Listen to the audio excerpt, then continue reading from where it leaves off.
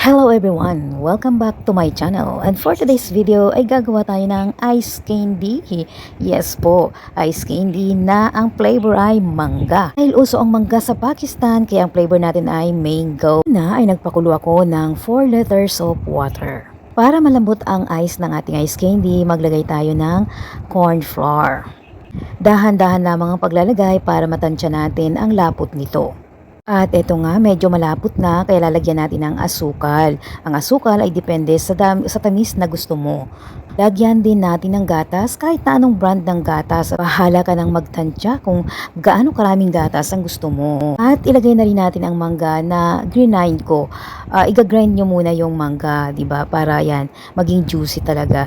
At pagkatapos ay haluin natin mabuti at hayaang ito ay lumamig. Kasi nga, ilalagay natin sa plastic ng ice candy. At ito nga, ilalagay na natin sa plastic ng ice candy. Maging maingat lang tayo sa paglalagay. Tansyahin din natin kung gaano ba talaga ang pwede nating ilagay. Higpitan ang pagkakatali nang sa ganun ay hindi malambot ang ating ice candy.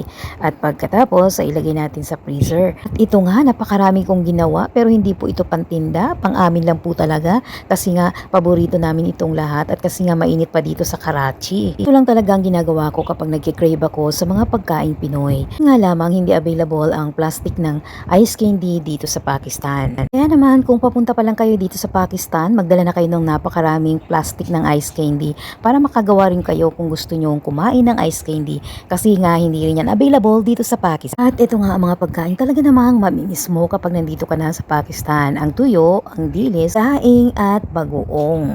Madalas nakakakain ako ng mga ganitong pagkain kapag naman may mga Pilipinang nanggagaling sa Pilipinas o kaya naman sa Saudi at nakakapagdala sila ng mga ganitong klase ng pagkain o kaya naman ay may nagtitinda sa online ng mga kapwa natin Pilipino. Maraming isda dito sa Karachi, yun nga lamang hindi ka rin basta-basta makakagawa lalo na kung ikaw ay nakatira sa flat or apartment type na bahay. At madalas nga nangangapit bahay ako sa mga kababayan nating malapit sa aming bahay. Halos kabarangay ko na o district. Wala kasing barangay dito, hindi uso yan. At ito nga o, tingnan nyo naman, may bilo-bilo ang pagkasarap, diba? Talaga namang Pinoy na Pinoy ang dating. Ito, nakagawa din ako ng lumpiang Shanghai. Fish fillet. Although, napakarami nga tulad ng sinasabi ko, maraming isda dito sa Karachi. Pero, mahirap bumili kasi hindi ka basta-basta nakakalabas at hindi rin basta-basta nakakabili. Minsan, gumagawa din ako ng tortang talong at alam nyo ba na gusto rin ito ng mga Pakistani?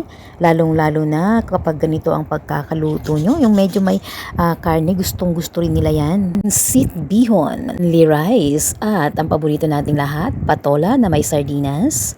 Ang pritong isda, kahit na medyo mahirap ang isda dito, talagang nagagawa ng paraan. At ang sapsat na tuyo ay nako, napakasarap. Ito pa, palitaw at ang kamote Q. Ito nga, nasa kapitbahay na naman at makikikain. Thank you so much for watching.